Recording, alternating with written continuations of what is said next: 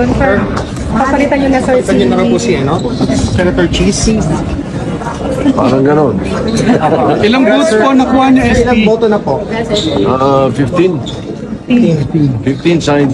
Sir, sino po magiging majority leader? Pero tama, sir, sir, sino, sir, ang majority? 15 signatories, I said. Okay, sir, Sir, sino sino po magiging majority? majority leader? Most probably will elect Big Subiri.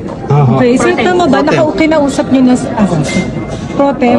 Most probably Ping Lacson.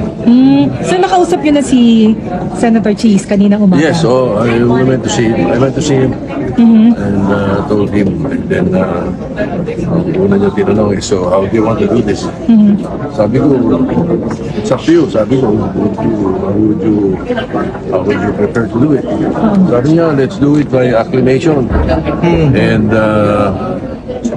declare the position of Senate President Reagan. Sir, So, magre-resign siya ng kusa. Parang ganon, yeah. Sir, bakit magkakaroon ng change ng leadership? Anong main issue? Maraming mga hinaharap yung leadership namin eh. Di ba? Maraming hinaharap. At buti na rin siguro yung we'll try to calm things down in the Senate. Kasama ba ang flood control issue kaya bababa siya?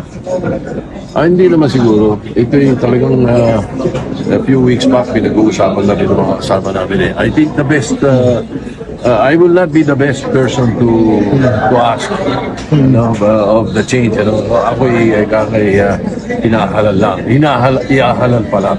So I think it's best that you ask the Sir, alam po you ask the members of the Senate who are moving for this.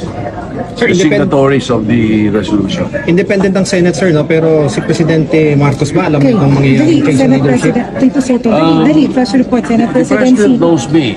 He knows that 15 supporters I na can siya be pinonform niya. Dali, cooperative but independent. dali. The Senate is always. Senate President, I Senator believe that Soto, the Senate must pinonform na, always be mapapalitan na niya si Kay Senator Marcoleta pa rin po ba ang Blue Ribbon? Lalay ko, dali, The group lalay will ko. decide later on. Pwede? Pwede? Yung Duterte Black, ano mangyayari sa kanila? Parang sabi ni Sen Amy, parang di pa nila alam. I think magme-meeting sila thereafter.